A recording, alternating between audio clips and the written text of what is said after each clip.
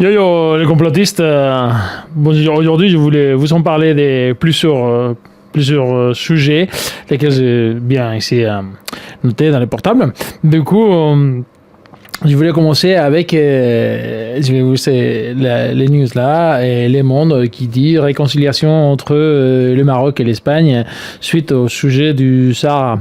Du coup, il y a les présidents de l'Espagne qui passé avant-hier à voir au roi des Maroc pour normaliser les relations entre tous les deux. Après avoir accueilli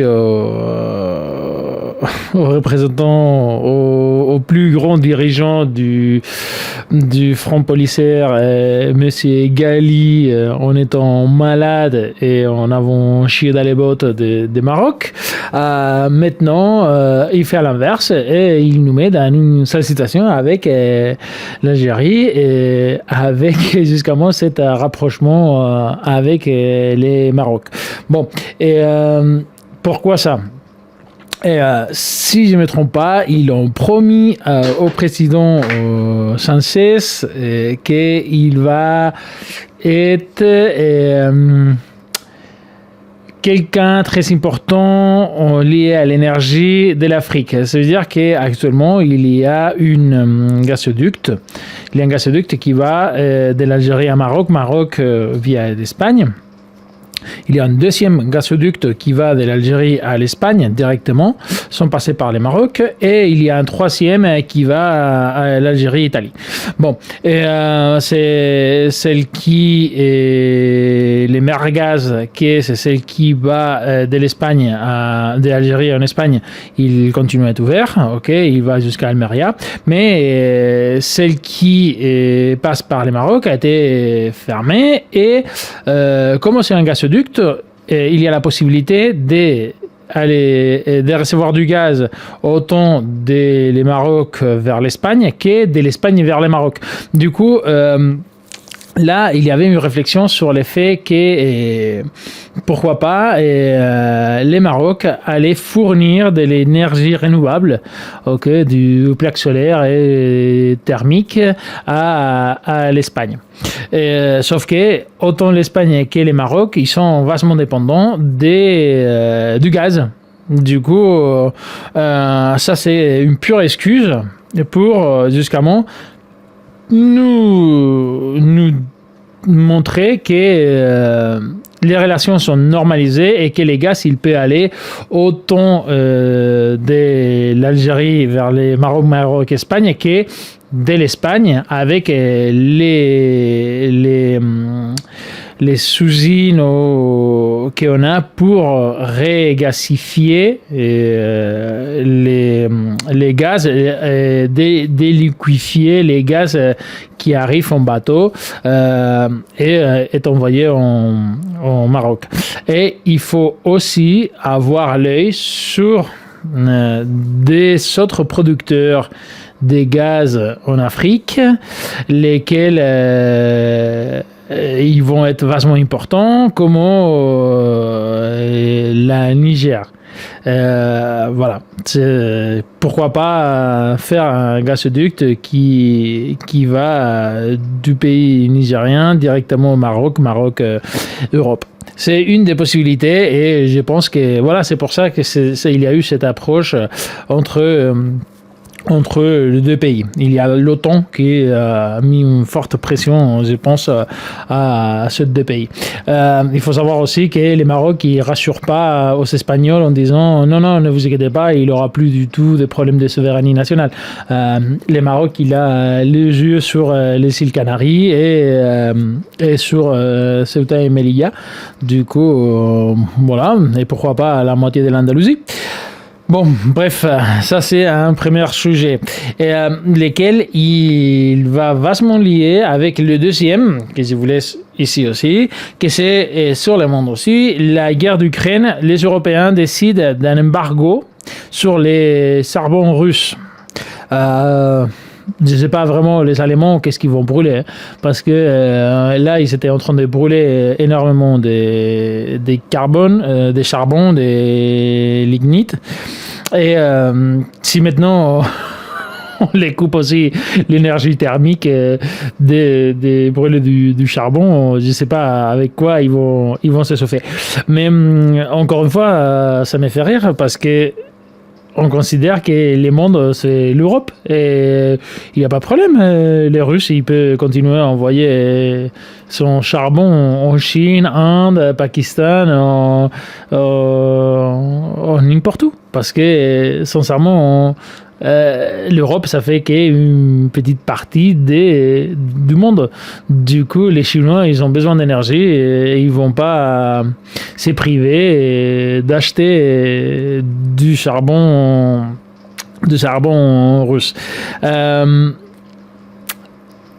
Je ne sais pas combien de temps ça va aller prendre à l'OTAN, ça veut dire les États-Unis, de dire que toute la crise, de retourner la veste et dire que la crise, c'est pas à cause de la Russie, c'est la Chine qui est en train de faire cette bataille et que tout ce qui s'est passé en Russie et Ukraine, c'est à cause de la Chine. Je ne sais pas combien de temps ça va mettre, mais c'est sûr que ça va être quelque chose qu'on va entendre de plus en plus et aussi avec les problèmes avec Taïwan, que voilà, j'aimerais bien que les gens ils soient capables de mettre sur une carte du monde où se trouve Taïwan, parce que je pense que la plupart des gens parlent de Taïwan et ils ne savent même pas où est situé. Mais bon.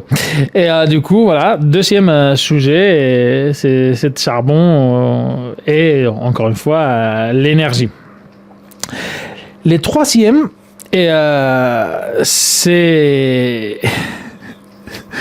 c'est aussi lié sur le fait que l'Union européenne, le 27, ils ont décidé qu'ils ne vont pas du tout vendre de la technologie à la Russie. Ok, sur 10 milliards.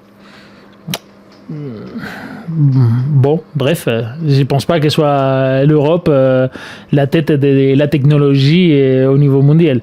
Du coup, l'Europe, bon, elle a 27 au niveau européen, je ne crois pas. Du coup, au moment que la Chine continue à vendre, les plus gros producteurs des semi-conducteurs, des chips et des puces, etc., bah, je ne vois pas en quoi ça va jouer.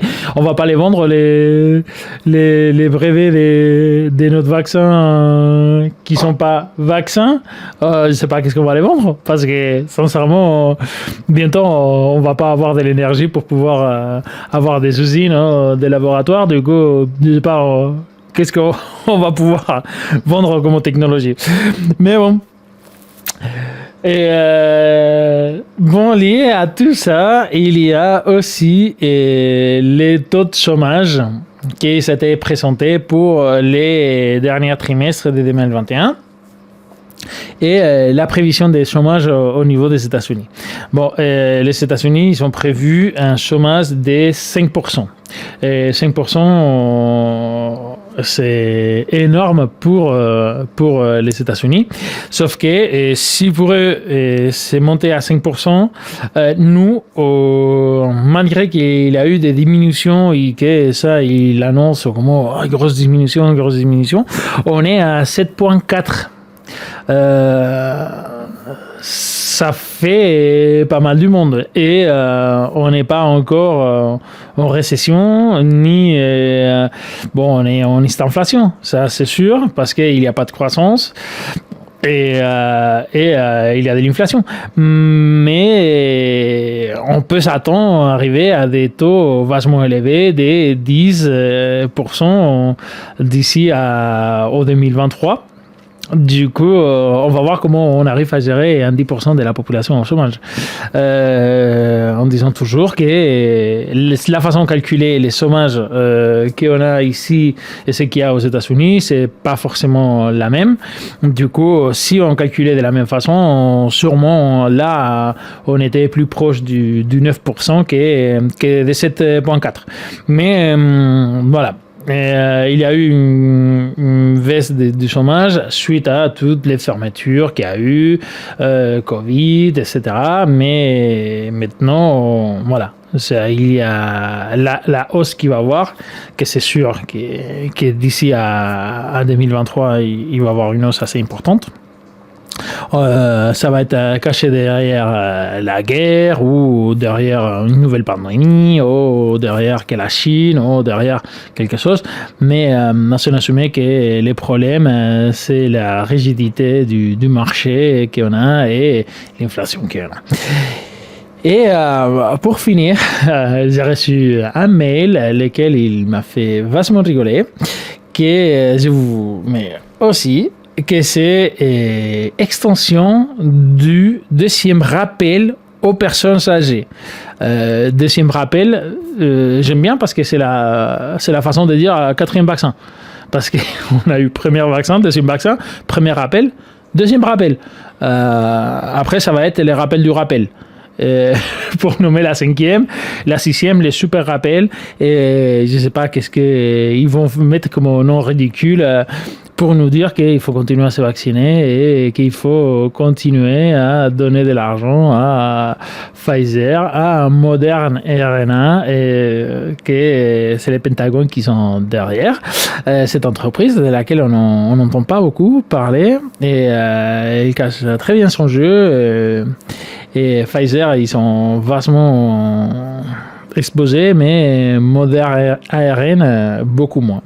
Du coup, voilà. Ça, c'est les infos que je voulais vous balancer aujourd'hui. Un peu un mix de tous les sujets, mais tous assez liés entre l'énergie et la situation géostratégique qu'on a en Afrique et en Europe, et comment nous, on est en train de se plier à la volonté des États-Unis pour qu'eux, ils sortent de ces problèmes d'inflation et